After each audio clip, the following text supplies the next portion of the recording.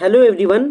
जैसा कि आप जानते हैं कि बिहार सरकार पोस्ट मैट्रिक स्कॉलरशिप हर साल लाती है और इस बार का भी पोस्ट मैट्रिक स्कॉलरशिप आपके लिए बहुत जल्द आने वाला है। तो आज के इस वीडियो में मैं आपको बताऊंगा पोस्ट मैट्रिक स्कॉलरशिप एग्जैक्टली होता क्या है, ये आपको कैसे मिलता है और कौन से डॉक्यूमेंट्स आपको प्रिपेयर करना होता है पोस्ट मैट्रिक स्कॉलरशिप के लिए। अगर आपके पास कोई डॉक्यूमेंट नहीं होगा तो उसके प्रोसेस के बारे में भी मैं आपको बताऊंगा और डॉक्यूमेंट्स बनवाने के टाइम में जो कुछ प्रॉब्लम हो उसके रिगार्डिंग मैं आपको एक आज साइबर एक्सपर्ट का भी आपको कह सकते हैं मैं नंबर भी प्रोवाइड करूंगा, जो आपके तमाम सारे जो डॉक्यूमेंट से रिलेटेड प्रॉब्लम है वो सब तमाम सारे डॉक्यूमेंट से रिलेटेड प्रॉब्लम के आपको सॉल्व भी कर देंगे। तो तमाम सारा पोस्ट मैट्रिक स्कॉलरशिप से रिलेटेड क्वेरीज को मैं आपको बताऊंगा। पोस्ट मैट्रिक स्कॉलरशिप होता कितना क्या है, कितना अमाउंट आपको मिलता है और ये कौन कौन से कैंडिडेट इस पोस्ट मैट्रिक स्कॉलरशिप का बेनिफिट ले सकते हैं।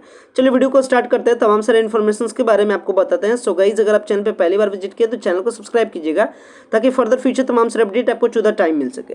बात कीजिए अगर पोस्ट मैट्रिक स्कॉलरशिप के सबसे पहले बेसिक कंडीशंस के बारे में, तो पोस्ट मैट्रिक स्कॉलरशिप बेसिकली एक प्रकार का स्कॉलरशिप है जो कि बिहार सरकार प्रोवाइड करती है अपने स्टेट के बच्चों के लिए, यानी जो बिहार के रेसिडेंशियल होंगे यानी जो बिहार के बच्चे होंगे उनको स्कॉलरशिप देती है अगर उनका पढ़ाई मैट्रिक के बाद होता है तो, यानी मैट्रिक के बाद वाला यानी पोस्ट मैट्रिक।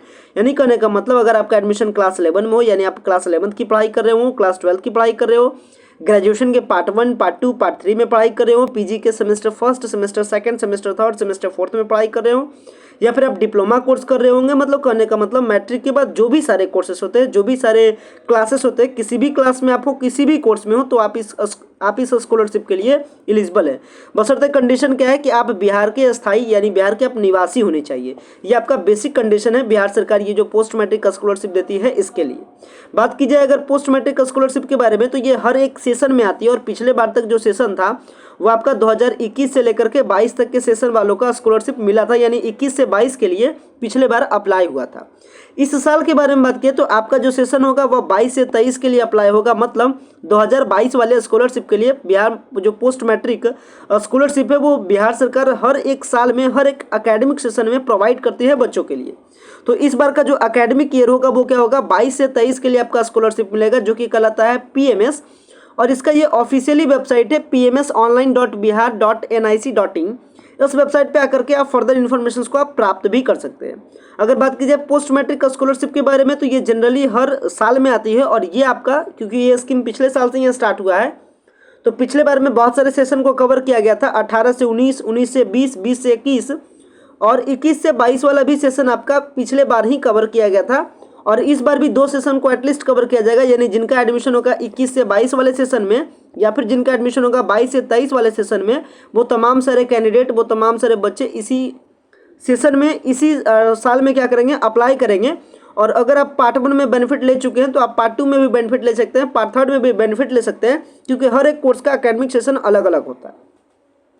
तो ये तो बात हो गई पोस्ट मैट्रिक स्कॉलरशिप के बारे में। अगर बात की जाए पोस्ट मैट्रिक स्कॉलरशिप के अमाउंट के बारे में कि कितना आपको अमाउंट मिलता है तो ये मैं आपको बता दूं, ये डिपेंड करता है आपके फी स्ट्रक्चर पे, क्योंकि जब आप अप्लाई करते हैं पोस्ट मैट्रिक स्कॉलरशिप के लिए तो आपको अप्लाई करने के टाइम में फी स्ट्रक्चर भी अपलोड करना होता है।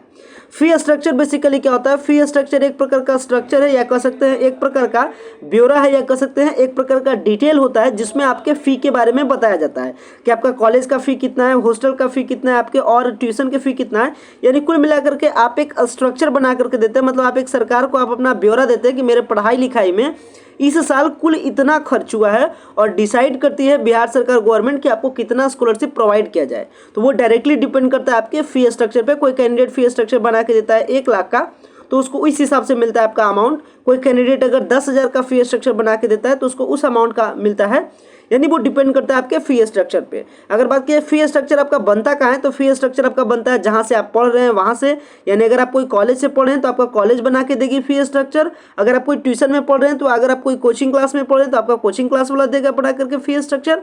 अगर आप कहीं प्राइवेट हॉस्टल में रह रहे हैं तो हॉस्टल वाला देगा फी स्ट्रक्चर बना करके। तमाम सारे फी स्ट्रक्चर को एक जगह अटैच करके क्या कर दिया जाता है, उसको अपलोड कर दिया जाता है। इसके बाद डॉक्यूमेंट वेरिफिकेशन के टाइम में वो तमाम सारा फी स्ट्रक्चर का हार्ड कॉपी भी आपको जमा कर देना होता है। इसके बाद क्या हो जाता है, मतलब उसका फोटोकॉपी आपको जमा कर देना होता है। इसके बाद फिर वो जो नोडल ऑफिसर होते हैं पोस्ट मैट्रिक के वो डिसाइड करते हैं कि आपको अमाउंट कितना दिया जाना चाहिए। ऑन एन एवरेज आपको 60 to 70% आपको अमाउंट दिया जाता है, जो भी सर आपका रहे, आपका कह सकते हैं जो आपने फी स्ट्रक्चर दिया बना करके उसका 60 to 70% आपका कवर किया जाता है आपको स्कॉलरशिप के माध्यम से।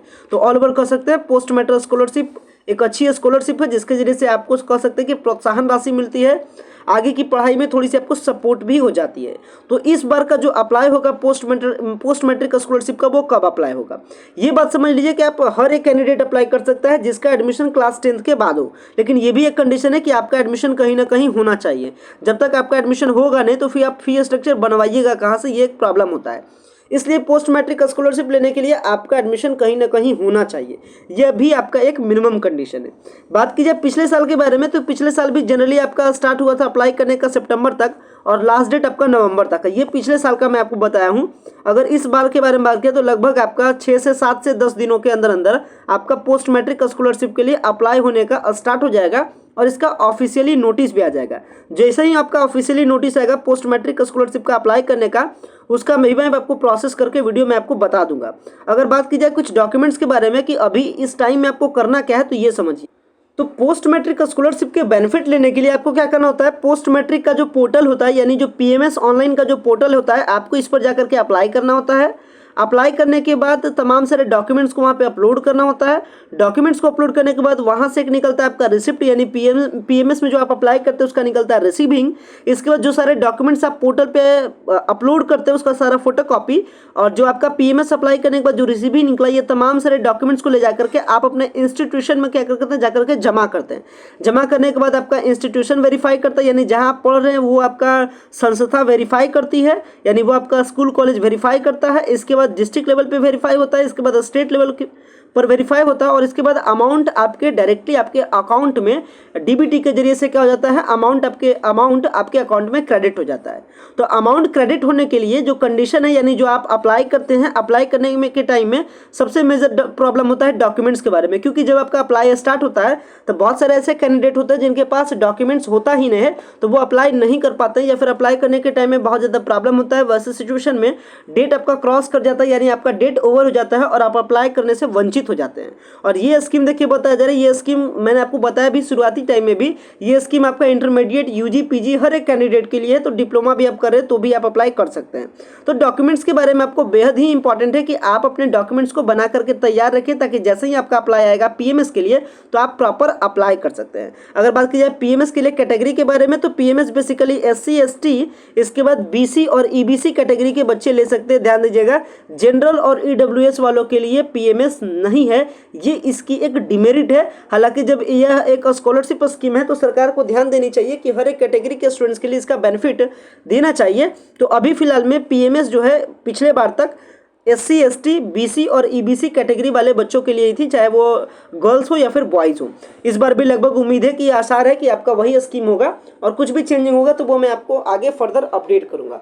अब समझिए अभी आपको करना क्या है। तो पीएमएस पोर्टल पर वित्तीय सत्र 22-23 के लिए पोस्ट मैट्रिक स्कॉलरशिप का ऑनलाइन आवेदन दिनांक 10/9 से 9/10/2022 तक प्राप्त किए जाएंगे। यानी डेट के बारे में बताया जाए तो मैं आपको बता भी रहा हूं कि 6 से 7 दिनों के बाद, यानी जो आपका पीएमएस का जो आपका अप्लाई होना स्टार्ट रहेगा वो 10/9/2022 यानी 10 सितंबर से आपका अप्लाई होना स्टार्ट हो जाएगा, जिसका लास्ट डेट रहेगा 9 अक्टूबर तक।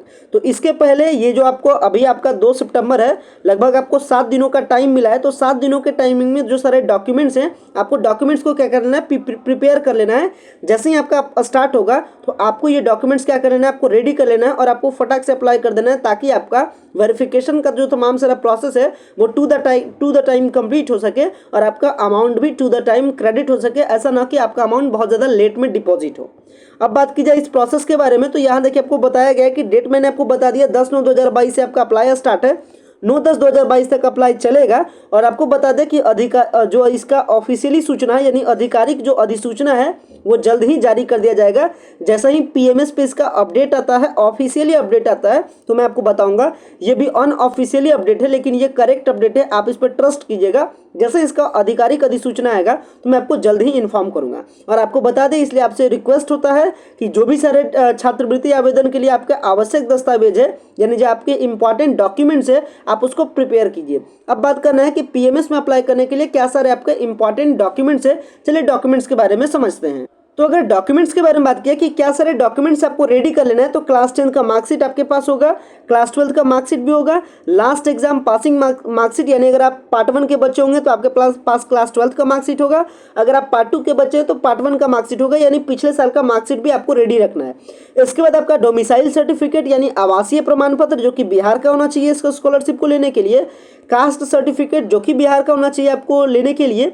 इसके बाद आपका इनकम सर्टिफिकेट, ये तीनों कहाँ से होना चाहिए, बिहार का बना हुआ होना चाहिए। तो ये तीनों डॉक्यूमेंट्स बनवाने के लिए आप अपने नज़दीकी साइबर कैफे में विजिट कर सकते हैं, या फिर किसी भी प्रकार का प्रॉब्लम हो तो आप डायरेक्टली आप ब्लॉक से भी जाकर के आप अपना बनवा सकते हैं। हालांकि मैं आपको बता दूं ये domicile certificate, caste certificate, income certificate, ये सारे सर्टिफिकेट बनाने का जो प्रोसेस है वो ऑनलाइन ही प्रोसेस है, तो आपको ज़्यादा परेशान होने की ज़रूरत भी आपको नहीं पड़ता है।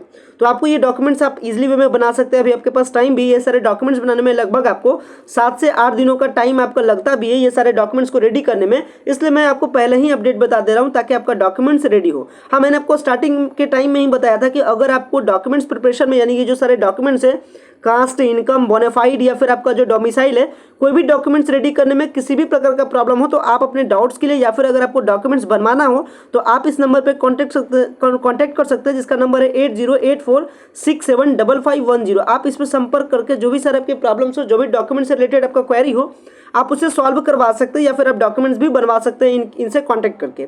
चलिए मैं आपको प्रोसेस के बारे में बता रहा हूं। तो आप अपने डॉक्यूमेंट्स के रेडी में डोमिसाइल सर्टिफिकेट यानी आपका आवासीय प्रमाण पत्र, कास्ट सर्टिफिकेट यानी आपका जाति प्रमाण पत्र, इनकम सर्टिफिकेट यानी आपका आय प्रमाण पत्र। ध्यान रखिएगा, आय प्रमाण पत्र बनवाने के टाइम में कोशिश कीजिएगा कि आपका जो आय प्रमाण पत्र रहे वो 90,000 से कम का रहे, ताकि आपको स्कॉलरशिप ज़्यादा से ज़्यादा मिल सके और आप गरीबी रेखा के फील्ड में आप आ सकते हैं।